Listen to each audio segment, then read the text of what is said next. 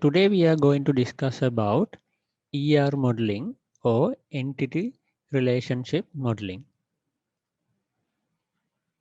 Now up to this point, we have assumed a given database schema and studied how we can use SQL to query some information from those database schemas, and as well as how we can do some updates and modifications to those databases. But today we are going to look at how we can actually design a database schema in the first place.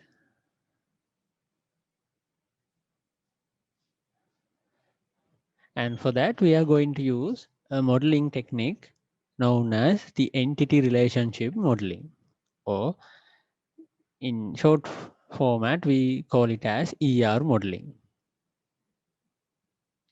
This entity relationship data model depicts the real world as consisting of basic components, entities, and the relationships among them. So we will look at the notation that we are going to use for that. And there are three basic notations: the entity sets, relationship sets, and attributes. So when we say an entity in this entity relationship modeling, what we mean is a thing or object that we see in the real world. For example, each person in a particular enterprise is an entity. Or if you consider the university example, each student is an entity, and each lecturer, each instructor is also an entity. And even if you take something like a course module, each of them are considered as entities.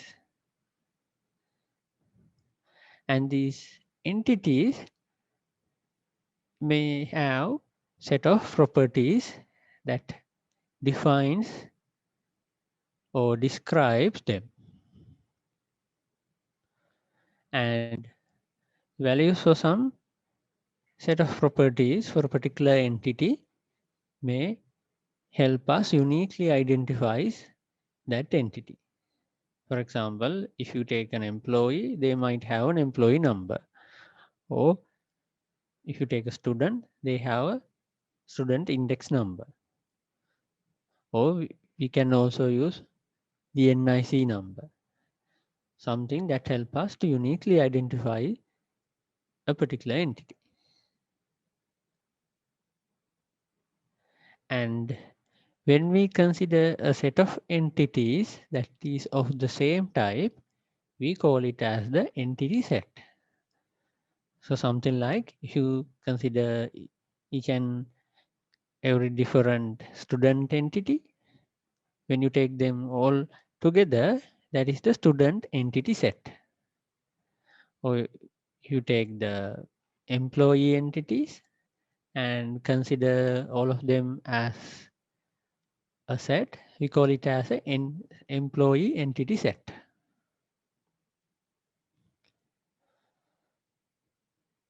So here we have another example. When you take the university context, you can take all the instructor entities and group them together and call it as the instructor entity set.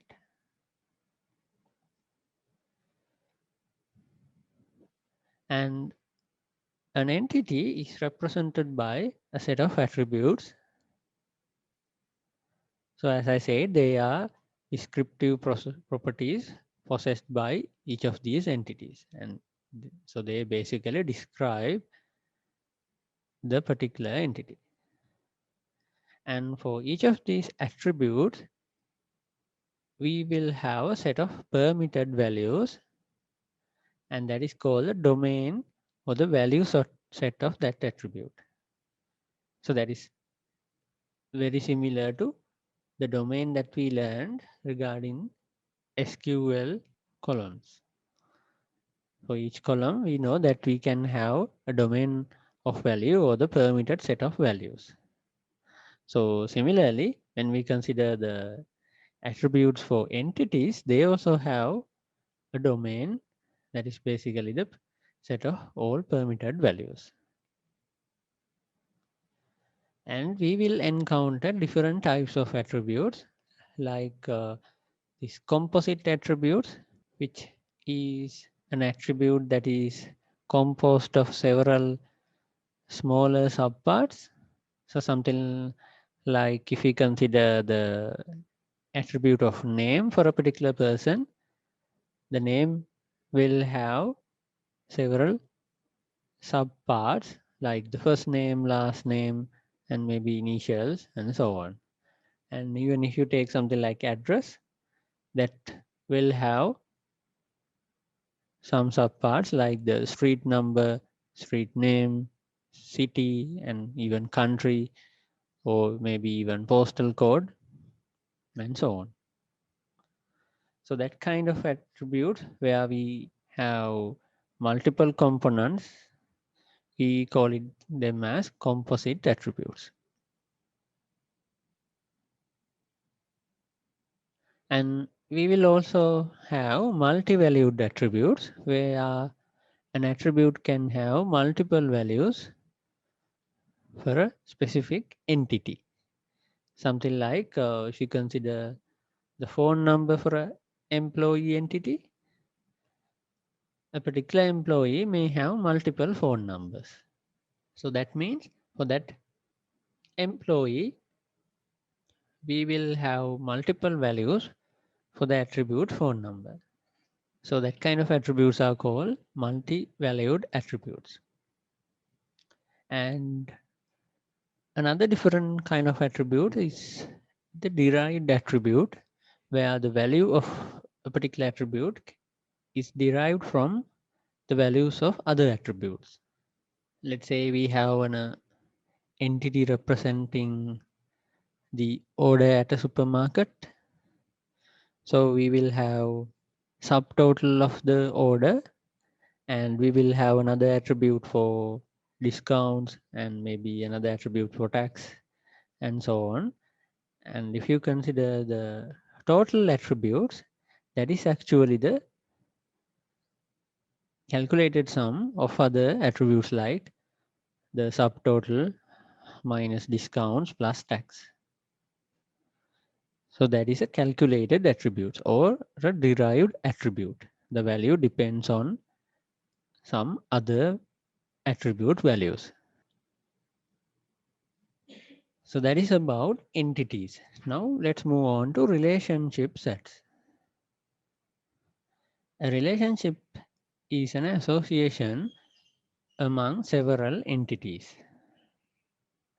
So let's consider these two entity sets of instructors and students. And as you can see here, there are some relationships among these instructors and the students. So certain instructors are assigned for certain students. So that is represented here with these lines drawn between the entities in the instructor set and the entities in the student set. This relationship between the instructor and the student sets, we define it as the relationship set of advisor to denote the association between instructors and students. So we basically have given a name to this set of relationship as advisor, because that the instructors are basically advising for these particular students.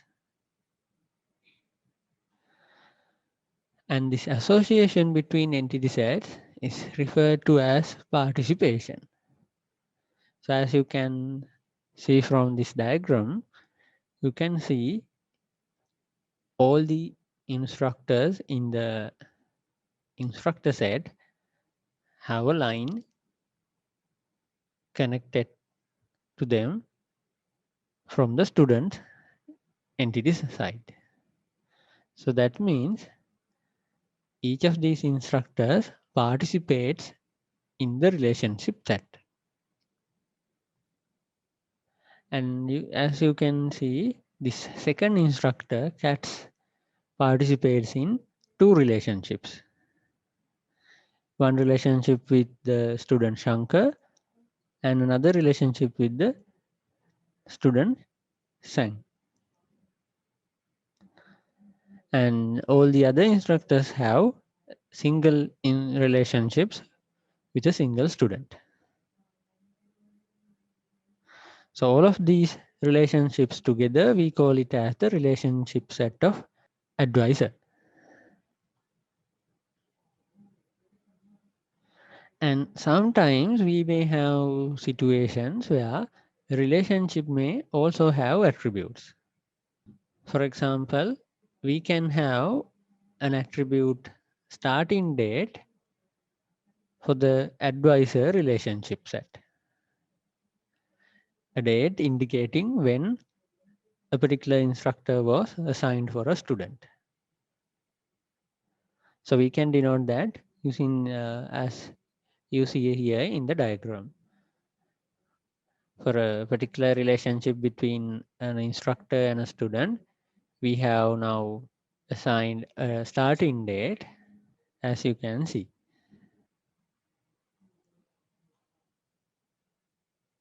And sometimes we may have situations where we have relationships among more than two entities. For example, consider the case of the relationship between project and the instructor and the student. So that means for a particular project, we have assigned a student and an instructor. So what we have here is a three-way relationship. And we may have even higher order relationships, maybe four-way or five-way, but very rarely, most of the time, we will encounter only either two-way or three-way relationships.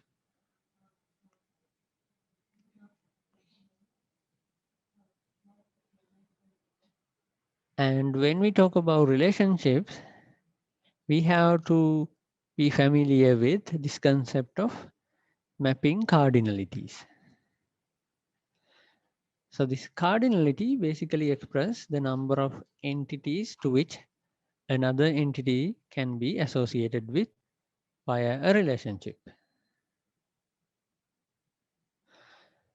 If we consider binary relationships, that means the relationships among two entity sets, let's say A and B entity sets, and the relationship of R, the mapping cardinality can be one of the four types. So let's see what are these four types. First, it can be one-to-one. So we, as you can see in this diagram, we have the relationship between the entity set A and entity set B. So when we say one-to-one, an entity in the set A is associated with at most one entity in the set B. And the reverse is also true. An entity in set B should be associated with at most one entity in set A. So that is why it is called one-to-one. And it is okay even some entities does not participate in relationships. As you can see here, this A4 entity has no relationship with any entity in the set B. That is okay. It is still considered as one-to-one. Only what matters is the maximum number of entities associated with from the other side should be one.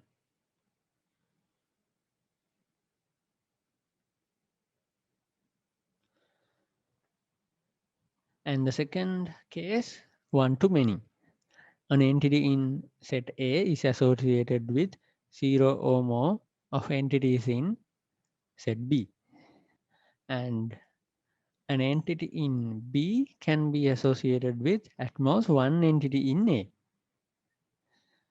So from A to B, it can be many, but from the side of B, we can only have one entity from A connected with each of the entities in B. And the third case, many to one. So that is basically the reverse of the one to many cardinality. An entity in A is associated with at most one entity in B, but an entity in B can be associated with 0 or more entities in A. So from A to B, it's many. B to A, it should be 1. And the fourth case is many to many. An entity in A is associated with 0 or more entities in B, and reverse is also the same. An entity in B can be associated with 0 or more entities in A. So now remember the four cases: one to one to many to one, and finally many to many. So when you look at the real world scenarios, you will realize that you can classify most of them as one of them. So for example, if you consider the instructor-student relationship, if we consider each of the student is assigned with a single instructor and each of the instructors only have one student, then that relationship can be considered as one-to-one. Or if we consider each of the instructors are assigned with multiple students, so one to many, but a single student only have a single instructor, then that is a one to many relationship.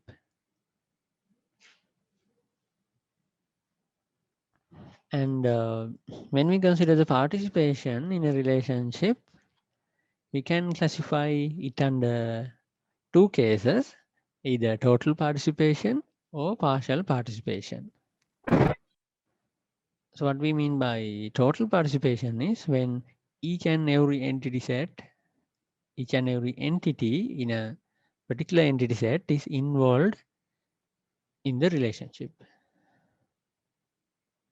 So for example, if you consider all the students are assigned with a particular instructor, from the student side, that is total participation.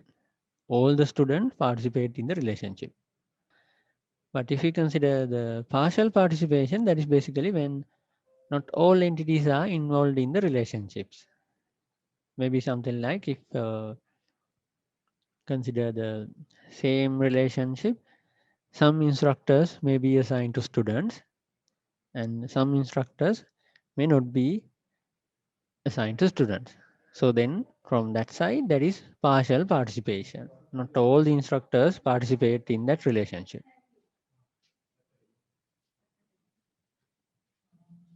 And then the idea of keys that we learned in the relational model applies directly to entity sets as well. So when we say key for an entity, that is a set of attributes that is sufficient to distinguish entities from each other for a particular entity set. And the combination of primary keys of the participating entity sets in a relationship forms a super key for a relationship set. So not only the entity sets have keys, even relationship sets have these keys. So how they are formed is by combining the primary keys of the participating entity sets. So for example, we can take the primary key of the instructor entity set and the student entity set and combine them to form the primary key for the advisor entity set.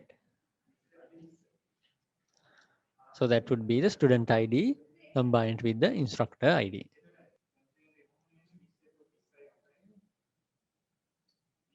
And most of the time we consider the mapping cardinality of this relationship set when deciding what are the candidate keys.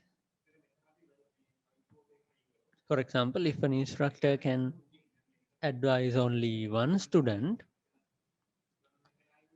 then the primary key of the advisor relationship set is simply the primary key of the instructor. So that is when instructors can have only one student. So that means many to one.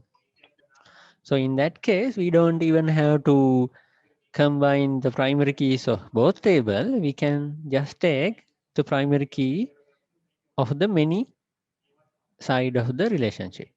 So that is the instructor ID. Since one instructor can only have one student, it is enough that we take the primary key of the instructor and include it as the primary key for the advisor set. So now we will take a look at how we can use this entity relationship concept to come up with ER diagrams or entity relationship diagrams.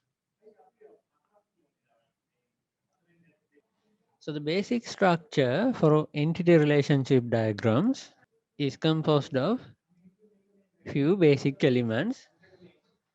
First, we have rectangles representing entity sets, and we use diamond shape to represent relationship sets. And the attributes for entity sets are represented inside these entity rectangles. So as you can see here, we draw a box for instructor entity set and include the name at the top, and in the bottom part we include all the attributes the instructor entity set can have. And on the right hand side you can see we have a student entity set, and it has a ID, name, and total credit as attributes. And on the middle we have the relationship between them, the relationship set of advisor. So one thing you have to be very clear here is when we are drawing these ER diagrams is that we are only concerned about the entity sets, not the entities. So when we draw a box and say instructor, that includes all the instructor entities. So this is the whole set of instructors. So we are not really concerned about individual instructors here. And we also use underlining to indicate the primary key attributes. So by underlining the ID attributes in instructor as well as in the student entity set, we can denote that they are the primary keys of those entity sets. And we use lines to connect the entity sets with relationship sets to indicate that instructor set participate in the advisor relationship. And same goes for the student. By drawing a line from advisor relationship to the student, we indicate that student entity set participate in that relationship.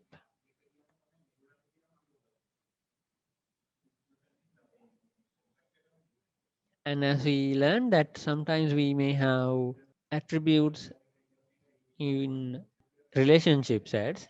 So in that kind of situations, what we do is we draw a rectangle and include the attribute for the relationships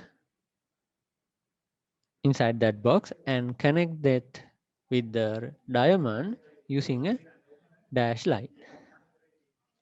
So as you can see here, we have included the attribute date to the advisor relationship set. So that is basically to indicate starting from when this instructor was assigned for the particular student. And to indicate the mapping cardinality, we use an arrow to indicate the one side of the relationship. The arrow should be from the diamond to the entity set side. So as you can see in the first diagram, we have a one-to-one relationship from instructor to the student. So we have a pointed arrow towards the instructor entity set as well as towards the student entity set. And when we want to indicate a many relationship, we use an undirected line, a normal line without an arrow. So in the second example, what you see is a one-to-many relationship. So we have the instructor set and it has an arrow toward it. So that indicates one. And on the student side, we have a normal line indicating it's a many relationship.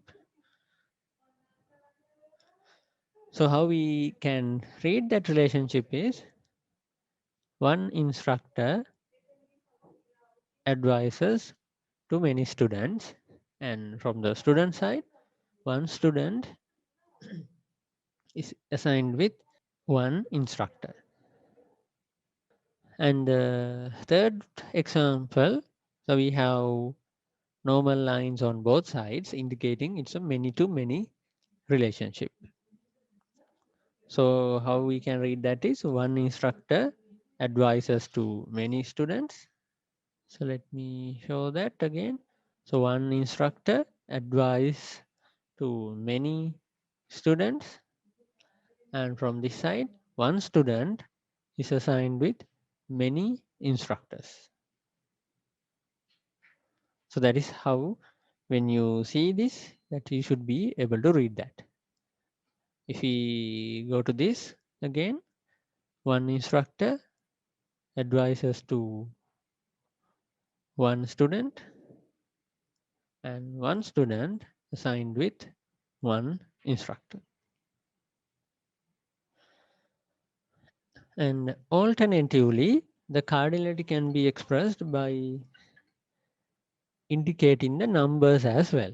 Without using arrows, we can simply use lines and indicate the number on top of the line.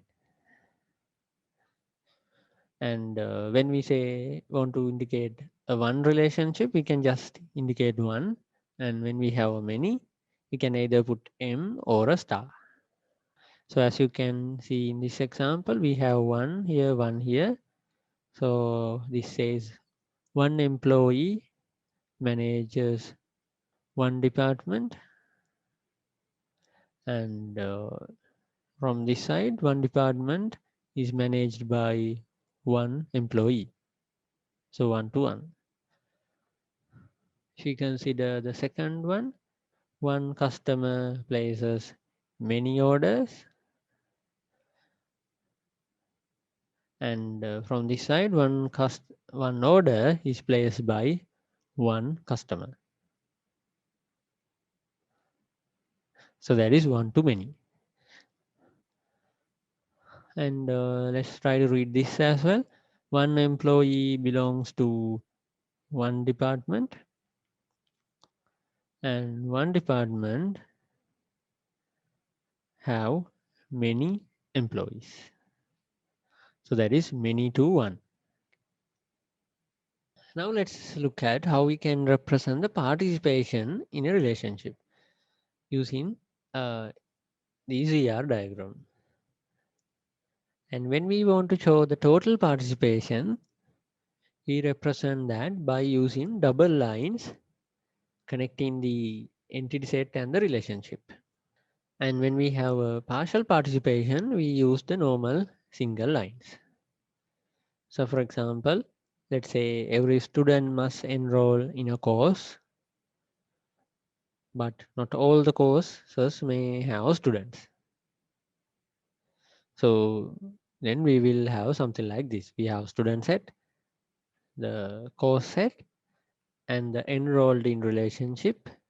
So since all the students should be enrolled with at least one course, that should be a total participation. So we have double lines. But from the course entity set side, not all the courses may have student. So some courses might not have student. So they are not participating in the relationship.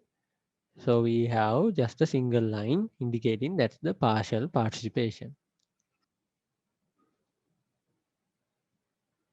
And then we have a concept of weak entity sets.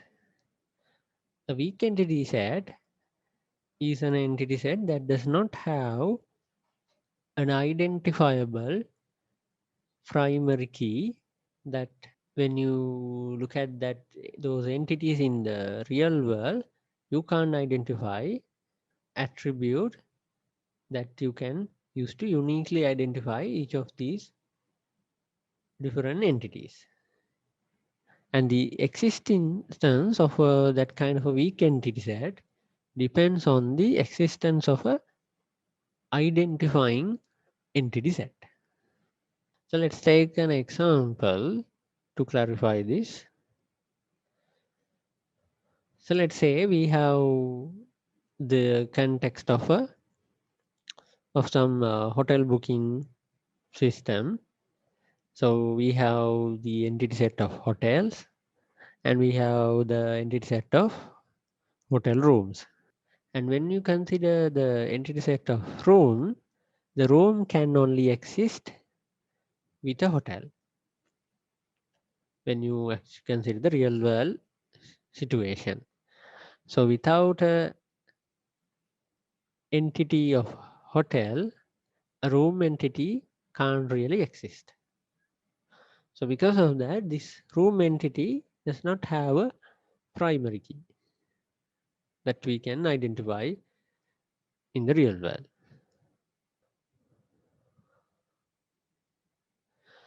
So that kind of weak entities should relate to another entity set via a total one-to-many relationship.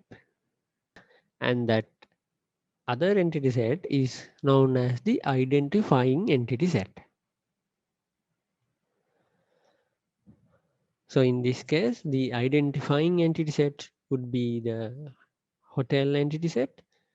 The weak entity is the room entity set.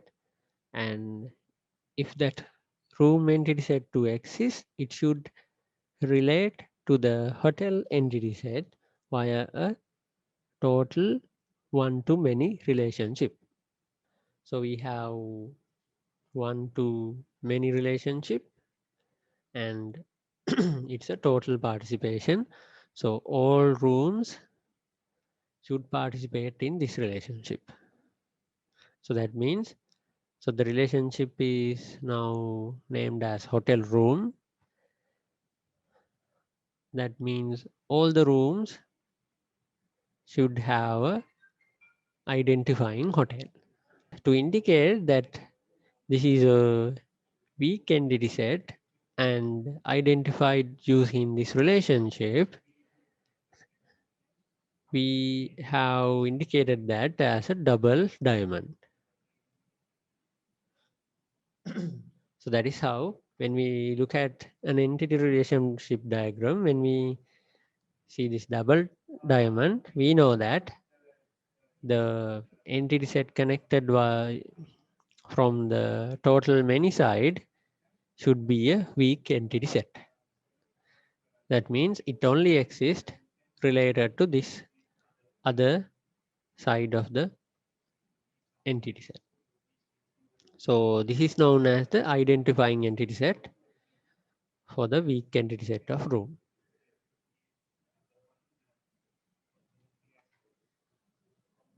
And although this weak entity sets alone does not have a primary key, they will still have what we call as a partial key or a discriminator. That is basically the set of attributes that will help us distinguish among all the entities belonging for a particular identifying entity set. So in this case, that would be the room number.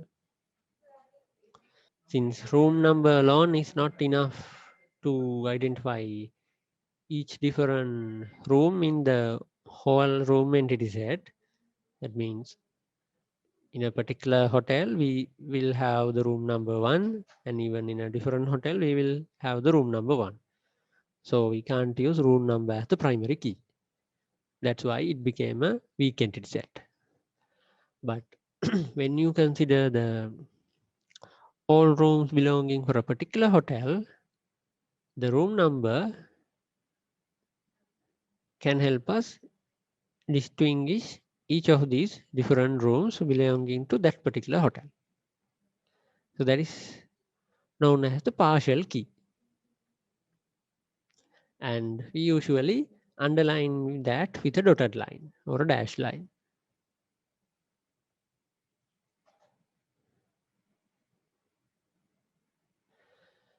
And when we use a identifying relationship to connect the weak entity set to a strong entity set, for this particular relationship, the primary key of the weak entity set is formed by the primary key of this side plus the partial key from this side. So that means the primary key for this relationship would be the hotel ID plus the room number.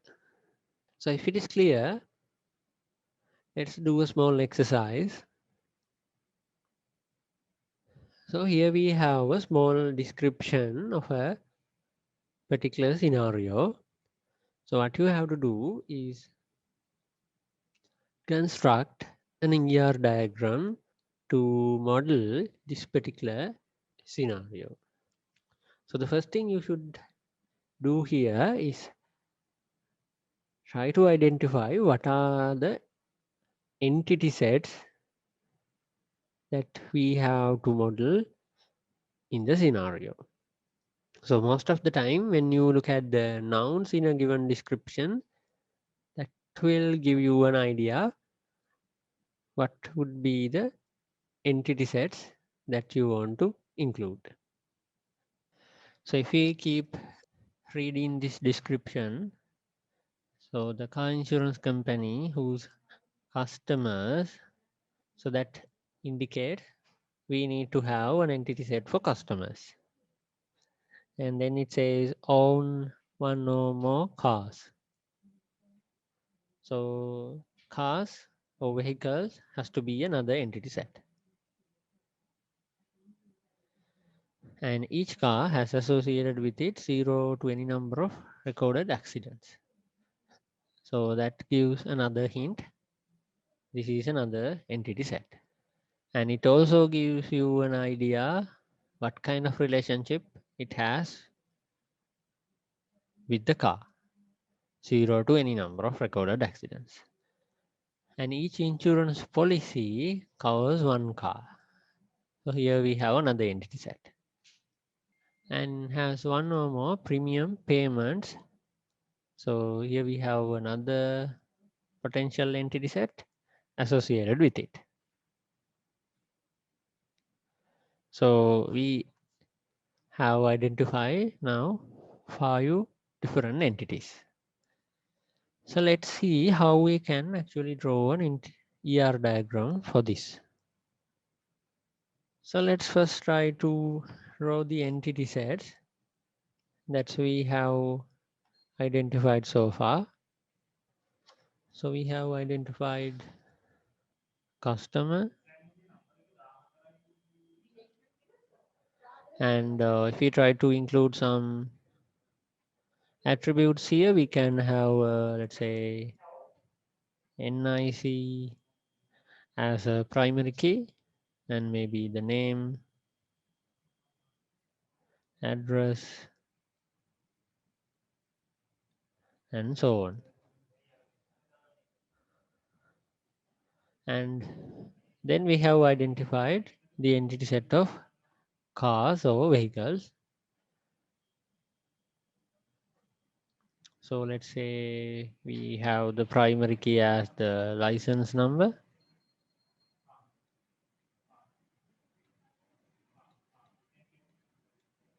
So that is our primary key. And we may have other details like the model, year, and so on.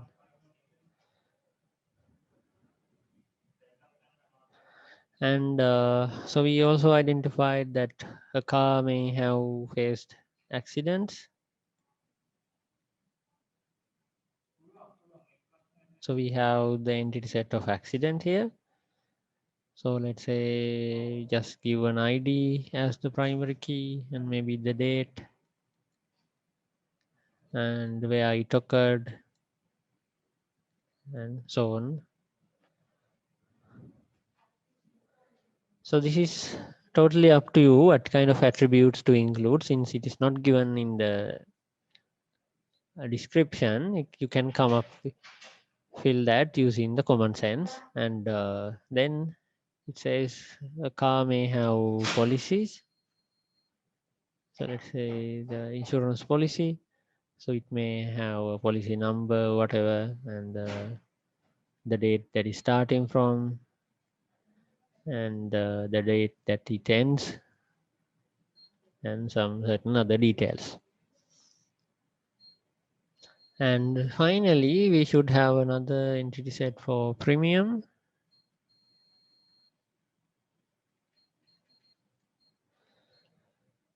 So that will also have certain ID and maybe the amount that should be paid, and let's say the due date.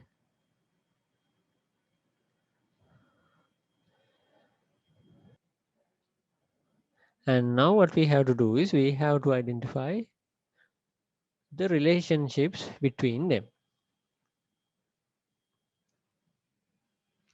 So the description says the customers own one or more cars.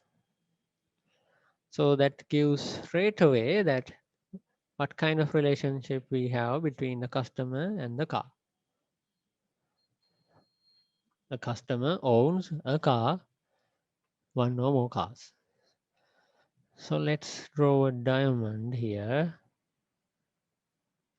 and call it as owns.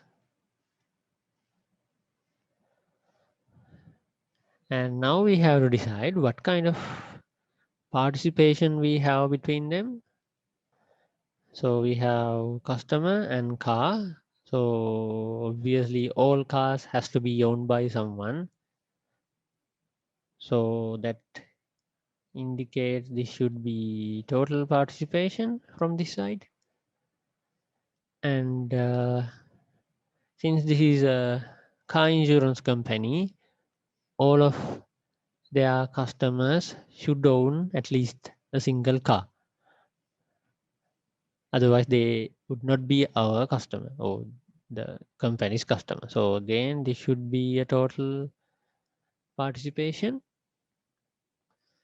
And this is a one-to-many relationship, since the customer may have one or more cars, and one car should only have a single owner. So that means which side should be one? This side. So we make it an error. So one here, many in this side. And then when we read on, each car has associated with it 0 to any number of accidents. So let's say we have a relationship.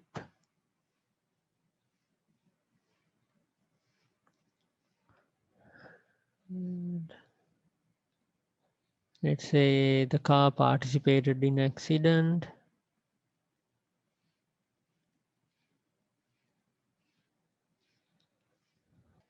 So now if we consider the cardinality, or maybe let's consider the participation. If you get this side, all accidents should have at least one car involved. Since this is a vehicle insurance company, any accident that we have recorded should be about cars. So this should be total participation from this side. And when you consider this side, not all the cars may have an accident, right? It doesn't have to be. So this will be partial participation from this side. And now the cardinality, when you consider a single car, it may have, so as the description says, associated with it 0 to any number of recorded accidents. So obviously this side has to be many. This is going to be a one to many relationship. So we can include an arrow here. And then it says each insurance policy covers one car. So that means there's a relationship between car and the policy.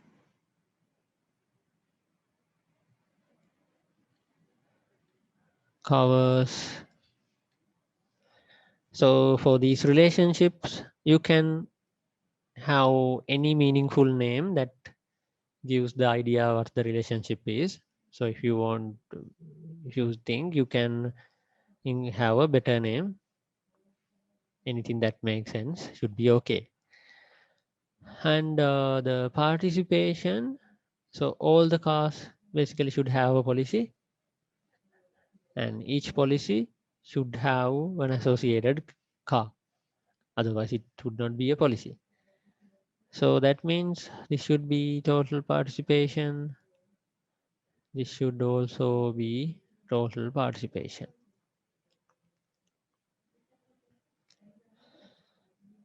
And one policy covers only one car. So that means from this side, one policy covers a single car. An arrow here. And one car should be covered by a single policy. Usually there won't be multiple policies for a single car. So that we can have an arrow here to indicate that it's a one-to-one. If you think that a car may have multiple policies over the time, you may leave it as a many side as well. So that is up to the interpretation of you. So a policy may have one or more premium payments associated with it. So any payments that is made regarding a policy. Another diamond. Let's say paid. So the description says one or more premium payments. So that indicates all the policies should at least have a one premium payment. So that means this is total participation, and obviously premium payment should have an associated policy, otherwise it won't exist. So this should be total participation, and the cardinality should be, so a policy can have obviously many premium payment, so no arrow here. And when you consider a particular premium, that should be associated with a single policy, that should indicate this is an arrow. So that's it. We have 5 entity sets and 4 relationship sets. So that's how you can come up with an ER diagram for a given scenario. So we will see there are different variations of this ER model, and this notation that we discussed, that is the original ER notation. And that original notation is not very frequently used today, and there are different versions of this ER model indented with slightly different kind of symbols. And you will also find that when you use different software products to draw these ER diagrams, they have slightly different notation and techniques as well. So we have to be familiar with them as well. So let's see some of those variations, like we have this crossfoot notation, and in that notation we still have the entities as boxes, and but we don't use diamonds to indicate relationships. We just use a line between the boxes to indicate that they have a relationship. And maybe if you want to indicate the relationship name, we can do it under the line connecting them.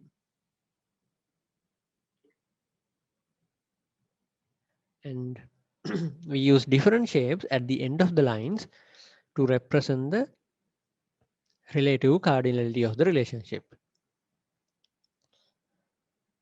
And the relationships cannot have attributes in this notation, and if it is very necessary to indicate them, then under this notation we will have to promote that relationship to an entity that has attributes. And the symbols used to represent the cardinality. So we have 3 shapes: the ring shape and a dash, as well as what we call as this crow's foot, something that looks like the foot of a crow. So when we use the ring, that actually represents 0, and the dash represent 1, and this crow's foot represent many. So the idea is the same, but a different symbol.